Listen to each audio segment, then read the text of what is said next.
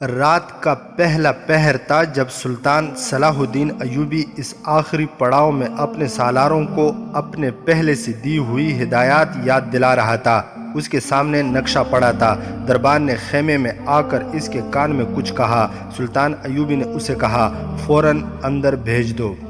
دربان نے خیمے کا پردہ اٹھایا اور سر سے اشارہ کیا۔ فہد خیمے میں داخل ہوا۔ اس نے موصل سے یہاں تک کہیں رکے بغیر مسافت طے کی تھی۔ اس کا چہرہ اترا ہوا تھا، ہونٹ خشک تھے اور آنکھیں بند ہوئی جا رہی تھی۔ جاسوسی اور سراغ رسانی کے محکمے کا سربراہ حسن بن عبداللہ خیمے میں موجود تھا۔ معلوم ہوتا ہے تم نے آرام کیے بغیر سفر کیا ہے۔ سلطان ایوبی نے فہد سے کہا، بیٹھ جاؤ۔ دربان کو آواز دے کر اسے کہا، اس کے لیے کھانا یہیں لے آؤ۔ خبر ایسی تھی کہ آرام کی مہلت حاصل کرنا گناہ معلوم ہوتا تھا۔ فہد نے اکھڑی ہوئی سانسوں سے کہا، میرا گھوڑا شاید زندہ نہ رہ سکے۔ کیا خبر ہے؟ شاہ ارمینیہ اپنے دارالحکومت میں نہیں، فہد نے کہا، وہ ہرزم میں خیمہ زن ہے۔ عز الدین اسے ملنے ہرزم جا رہا ہے۔ ظاہر ہے یہ ہماری فوج کے خلاف معاہدہ ہوگا۔ شاہ ارمینیہ کے ساتھ اپنی فوج کے 2 دستے ہوں گے اور عز الدین بھی اپنی فوج کے 2-3 دستے اپنے ساتھ لا رہا ہے۔ یہ بادشاہ شاہی شان و شوکت سے ایک جگہ اکٹھے ہو رہے ہیں۔ سلطان ایوبی نے مسکرا کر کہا، پھر پوچھا، موصل میں صلیبیوں کے کیا رنگ ڈھنگ ہے؟ صلیبی ٹھنڈے ٹھنڈے سے معلوم ہوتے ہیں، فہد نے جواب دیا۔ ان کے ذخیرے کی تباہی کی اطلاع آپ کو مل چکی ہے۔ ہم نے وہاں کے لوگوں کے دلوں سے پہلے درویش کا وہم اور فریب نکال دیا ہے۔ شاہ ارمینیہ اور عز الدین کی ہرزم میں ملاقات کے متعلق تمہیں کہاں سے اطلاع ملی ہے؟ سلطان ایوبی نے پوچھا۔ میں کیسے یقین کر لوں کہ یہ اطلاع صحیح ہے؟ رضی خاتون کی اطلاع غلط نہیں ہو سکتی، فہد نے کہا۔ اللہ اس عظیم خاتون کو اپنی رحمتوں سے نوازے، سلطان ایوبی نے کہا اور جذبات کے غلبے سے اس کی آواز بھرا گئی۔ رضی خاتون نے آپ کو سلام کہا ہے، فہد نے کہا، اور یہ بھی کہ عز الدین کے پاؤں لڑنے سے پہلے ہی اکھڑ گئے ہیں۔ اس پر گھبراہٹ طاری ہے اور اگر اسے ایک اور ضرب پڑی تو وہ گھٹنے ٹیک دے گا۔ موصل میں کوئی فوجی ہلچل ہے؟ سلطان ایوبی نے پوچھا۔ کوئی جنگی تیاری؟ صلیبی جاسوس اور مشیر سرگرم ہیں، فہد نے جواب دیا۔ کوئی جنگی تیاری نظر نہیں آتی۔ عز الدین صلیبیوں سے جس قسم کی مدد مانگ رہا ہے وہ آپ کو اچھی طرح معلوم ہے۔ شہر میں ہمارے آدمی پوری کامیابی سے اپنا کام کر رہے ہیں اور رضی خاتون اور ان کی بیٹی شمس و نساء کی کوششوں سے قلعے اور محل کے اندر کا ہر گوشہ اور ہر راز ہماری نظر میں ہے۔ صد آفرین میرے دوست، سلطان ایوبی نے اٹھ کر اس کے گال کو تھپتھپایا اور کہا، تمہیں معلوم نہیں کہ تم جو اطلاع لائے وہ کتنی کارآمد اور قیمتی ہے۔ مجھے امید ہے کہ فوجوں کا اب اتنا خون خرابہ نہیں ہوگا جتنا محاصرہ اور حملے میں ہوتا۔ اس نے سالاروں سے مخاطب ہو کر کہا، اب ہم تل خالد کا محاصرہ نہیں کریں گے، فوج ادھر ہی جائے گی۔ چھاپا ماروں کا صرف ایک دستہ میرے ساتھ ہرزم کی سمت جائے گا۔ ہرزم ایک خوبصورت جگہ تھی، ہر طرف سبزہ زار چشمے اور ہرے بھرے درخت تھے، ہریالی سے ڈھکی ہوئی چٹانیں بھی تھی۔ اس خطے کو قدرت نے تو حسن دیا ہی تھا، آرمینیہ کے بادشاہ نے اسے آ کر جنت ارض بنا دیا۔ شامیانوں اور کناتوں نے محل کا منظر بنا دیا۔ اس کے اندر رنگین روشنیوں والے فانوس لٹکائے گئے تھے، 6 گھوڑوں کی بھگیاں بھی تھی اور محافظ دستے کے سوار اور گھوڑے طلسماتی سی شان کے حامل تھے۔ رقص و سرور کا خاص انتظام تھا۔ آرمینیہ کی سب سے زیادہ حسین اور ناچنے والی لڑکیاں ساتھ لائی گئی تھی۔ حرم کے منتخب لڑکیوں کے خیمے الگ تھے۔ شاہ ارمینیہ نے مردین کے امیر کو بھی وہاں مدعو کیا تھا۔ مردین ہرزم کے قریب ایک علاقہ تھا جس کا امیر قطب الدین غازی تھا۔ مردین اس کی جاگیر تھی۔ شامیانوں، کناتوں اور خیموں سے کچھ دور شاہ ارمینیہ کی 2 دستے فوج خیمہ زن تھی۔ شاہ ارمینیہ امیر مردین کے ساتھ 2-3 روز شکار کھیلتا رہا، پھر ایک روز والی موصل عز الدین آ گیا۔ اس کے ساتھ بھی اپنی فوج کے 2 منتخب دستے تھے۔ رات کو رقص و سرور کی محفل جمی، شراب کی سرائیاں خالی ہوئیں۔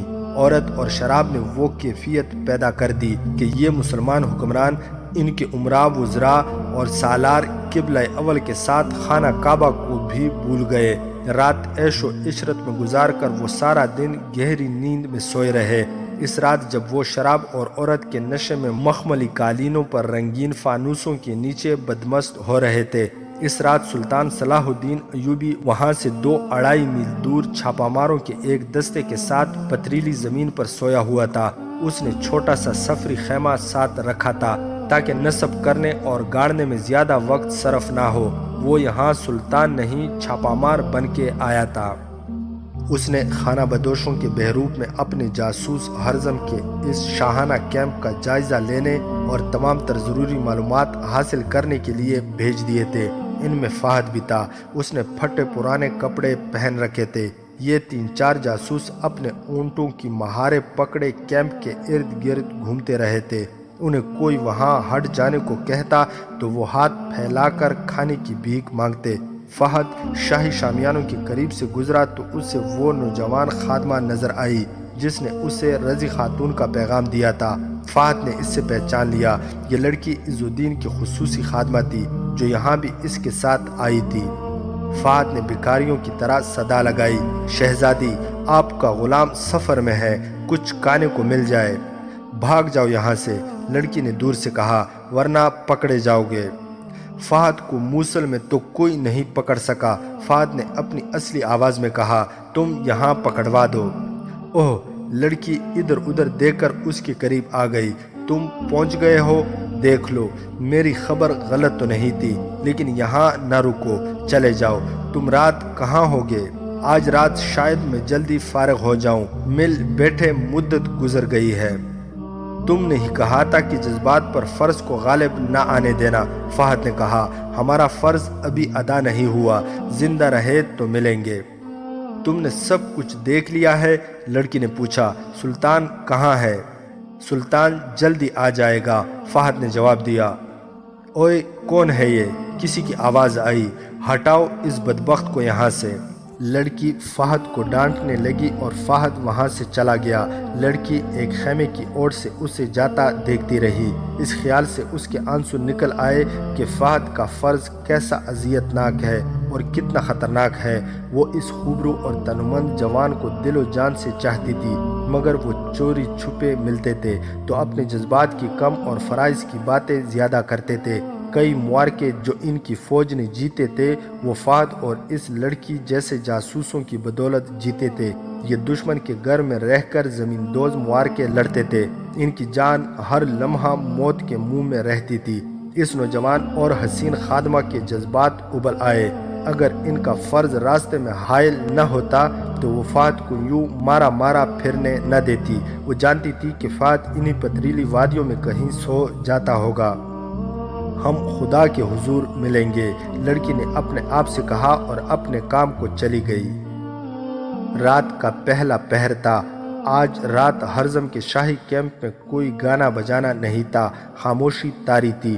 شاہ ارمینیہ کے شامیانے میں اس کے پاس عز الدین اور امیر مردین قطب الدین غازی بیٹھے تھے۔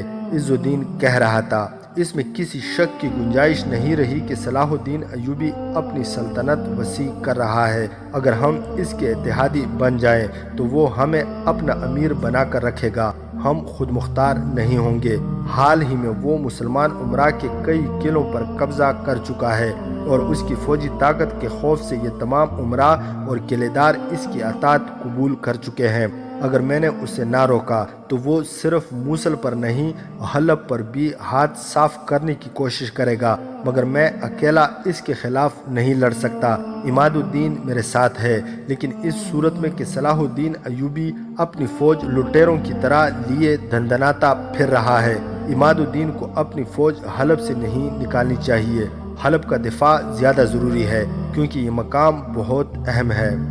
میں جانتا ہوں، شاہ ارمینیہ نے کہا، صلیبیوں کی بھی نظریں حلب پر لگی ہوئی ہے، اس لیے میں صلیبیوں کے ساتھ کوئی معاہدہ نہیں کرتا۔ عز الدین نے کہا، وہ ہم سے مدد کے عوض حلب مانگیں گے اور وہ ضرور مانگیں گے۔ قطب الدین غازی نے کہا، میں بہتر یہی سمجھتا ہوں کہ آپ کو آپس میں کوئی معاہدہ کر لینا چاہیے۔ آپ دونوں کی فوجیں مل کر صلاح الدین ایوبی کو شکست دے سکتی ہے۔ مجھے معلوم ہوا ہے کہ صلاح الدین ایوبی کی فوج تل خالد کی طرف جا رہی ہے۔ عز الدین نے کہا، میری اس کے ساتھ کوئی دشمنی نہیں۔ شاہ آرمینیہ نے کہا، میرا خیال ہے وہ میری سرحدوں سے دور رہے گا۔ میں نے اس کی پیش قدمی کی سمت کا جائزہ لیا ہے، وہ کہیں اور جا رہا ہے۔ مجھے صلیبیوں پر بھروسہ نہیں۔ عز الدین نے کہا، وہ مجھے ہر طرح کی مدد دیتے ہیں، لیکن جنگ صرف سامان اور مشیروں سے نہیں لڑی جا سکتی۔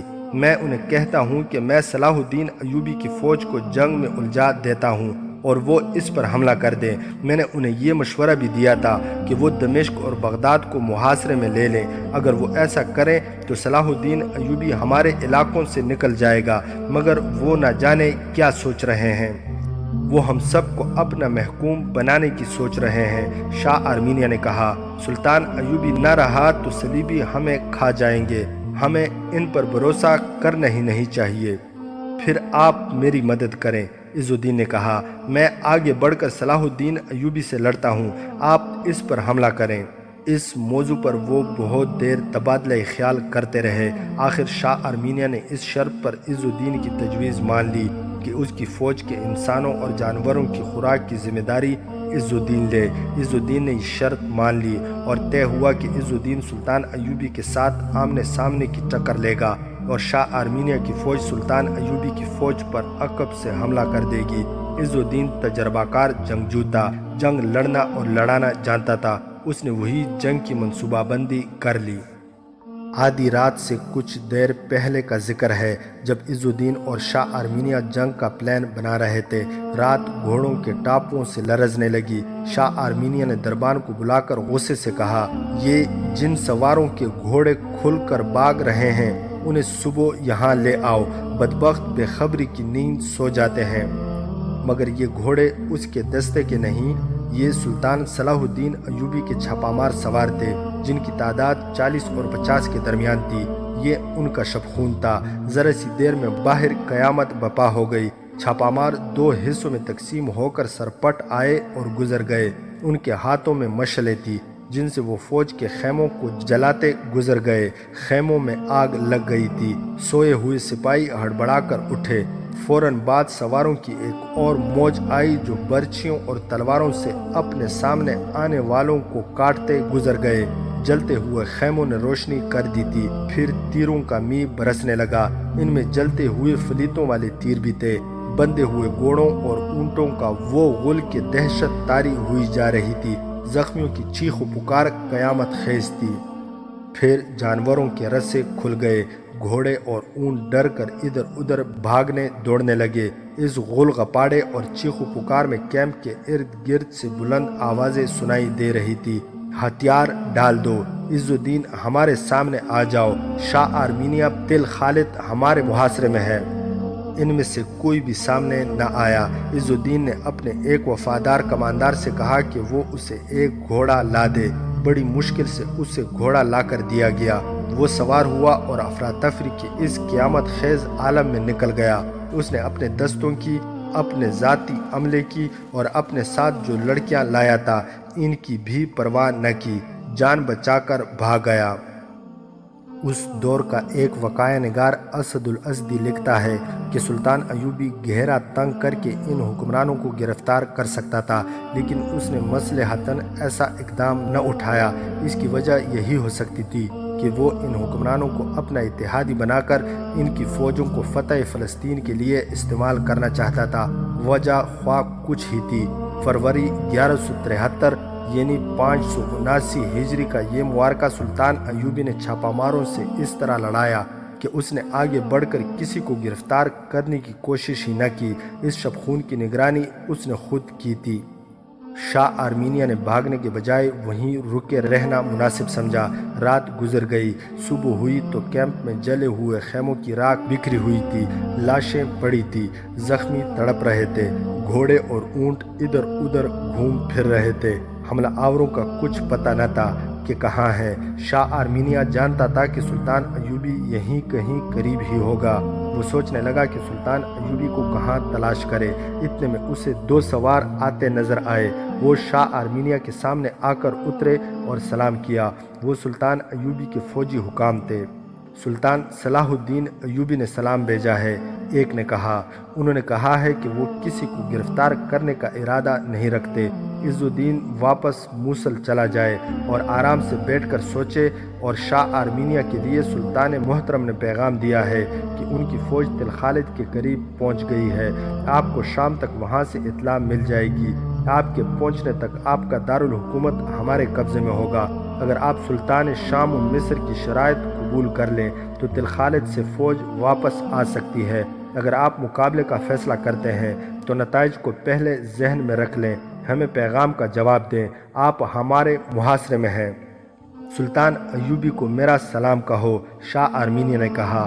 میں اپنے ایک وزیر کو شام سے پہلے سلطان کے پاس بھیج رہا ہوں۔ دونوں سوار چلے گئے۔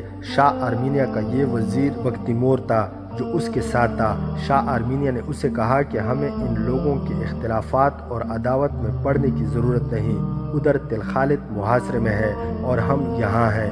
جاؤ اور صلاح الدین ایوبی سے کہو کہ اپنی فوج واپس بلا لے۔ ہم اس کے کسی دشمن کے ساتھ کوئی معاہدہ اور کوئی اتحاد نہیں کریں گے۔ بگتیمور سلطان صلاح الدین ایوبی سے ملا۔ سلطان نے بڑی سخت شرائط پیش کی اور منوا لی۔ بگتیمور نے تحریری وعدہ دے دیا کہ شاہ آرمینیا کی فوج سلطان ایوبی کے کسی دشمن کی مدد کو نہیں جائے گی۔ سلطان ایوبی نے محاصرہ اٹھا لیا اور شاہ آرمینیا سے ملے بغیر تل خالد کو روانہ ہو گیا۔ ایک اور اہم مقام دیار بکر تھا جو اس زمانے میں امیدہ کہلاتا تھا۔ اس مقام کو جنگی اہمیت حاصل تھی، اور اس کی اہمیت یہ بھی تھی کہ اس کے گرد و نواح کے علاقے کے لوگ جنگجو اور فن سپاہ گری کے ماہر تھے۔ سلطان ایوبی کی فوج میں بہت سے سپاہی اس علاقے کے تھے۔ اپنی فوج کی کمی سلطان اس علاقے سے پوری کیا کرتا تھا۔ یہاں کے لوگ تو سلطان ایوبی کے حامی تھے، مگر ان کا حکمران اپنی حکمرانی قائم رکھنے کی خاطر سلطان ایوبی کا مخالف تھا، اور مسلمان ہوتے ہوئے صلیبیوں کے ساتھ درپردہ دوستی کی کوشش میں تھا۔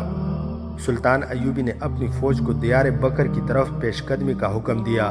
یہ برق رفتار پیش قدمی تھی۔ سلطان ایوبی نے اپنے سالاروں کو اتنا ہی بتایا تھا کہ دیار بکر کو محاصرے میں لے کر اس جگہ پر قبضہ کرنا ہے، اور فتح کی صورت میں وہاں کی موجودہ امیر کی کوئی شرط تسلیم نہیں کی جائے گی اور کوئی رحم نہیں کیا جائے گا۔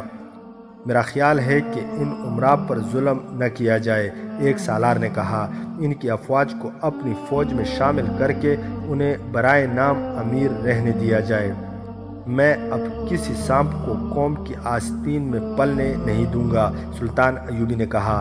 مجھے اطلاع ملی ہے کہ یہ شخص اپنے علاقے کے لوگوں کو ہماری فوج میں شامل ہونے سے روک رہا ہے، اور وہ خلافت کے خلاف کارروائیاں کر رہا ہے۔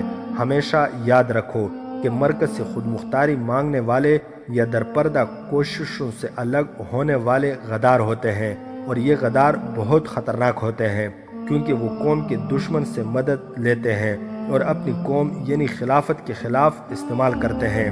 میں ان لوگوں کا سر کچل دینا چاہتا ہوں تاکہ آپ کا اصل دشمن یعنی صلیبی آپ کے سامنے آئیں تو آپ کی پیٹھ پیچھے سے کوئی وار کرنے والا نہ ہو، اور کوئی سانپ زمین سے نکل کر آپ کو ڈھنک نہ مار سکے۔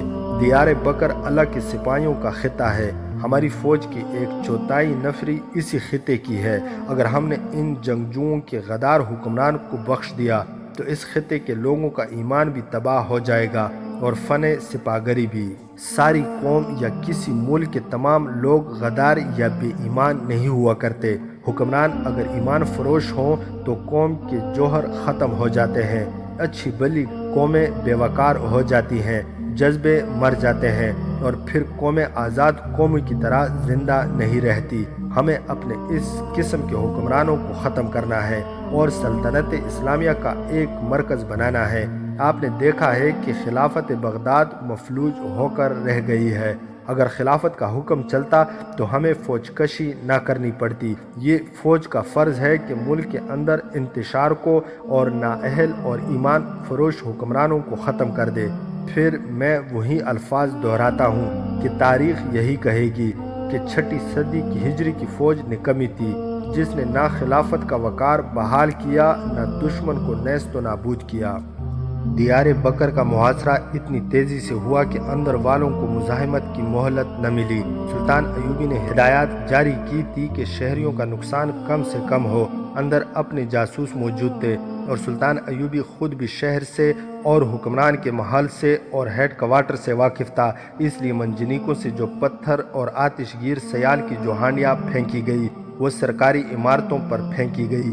باہر سے اعلان کیے گئے کہ امیر ہتھیار ڈال کر باہر آ جائے، لیکن قلعے کی دیواروں پر کڑے امیر نے جوابی اعلان کرایا کہ ہتھیار نہیں ڈالے جائیں گے، لڑو اور شہر لے لو۔ دیار بکر کی فوج نے جم کر مقابلہ کیا۔ سلطان ایوبی محاصروں کا ماہر تھا، لیکن اس نے مزاحمت دیکھی تو سمجھ گیا کہ یہ محاصرہ طول پکڑے گا اور اس کے لیے کچھ زیادہ ہی قربانی دینی پڑے گی۔ دیواریں توڑنے والے افراد رات کی تاریکی میں دیوار تک پہنچ گئے، لیکن اوپر سے ان پر آگ پھینکی گئی اور وزنی پتھر بھی پھینکے گئے۔ بڑے دروازے پر منجنیقوں سے آتش گیر سیال کی ہانڈیاں پھینک کر فلیتے والے تیر مارے گئے، جس سے دروازے کا لکڑی کا حصہ جل گیا، مگر اس کا لوہے کا ڈھانچہ گھنا تھا جس میں سے گزرنا ممکن نہیں تھا، تاہم گزرنے کی کوشش کی جا سکتی تھی۔ فضا میں تیر اڑ رہے تھے۔